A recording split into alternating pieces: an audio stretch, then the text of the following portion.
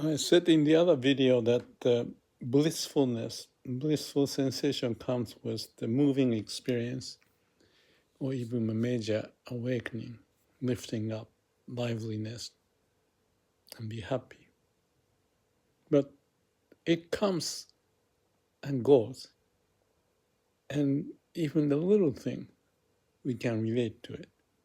If you are sensitive, like a connecting to the heart, we all have that because living being is happy when they experience transformation or aliveness coming out of the suffering. There's a peace and the warm sense in your heart and body.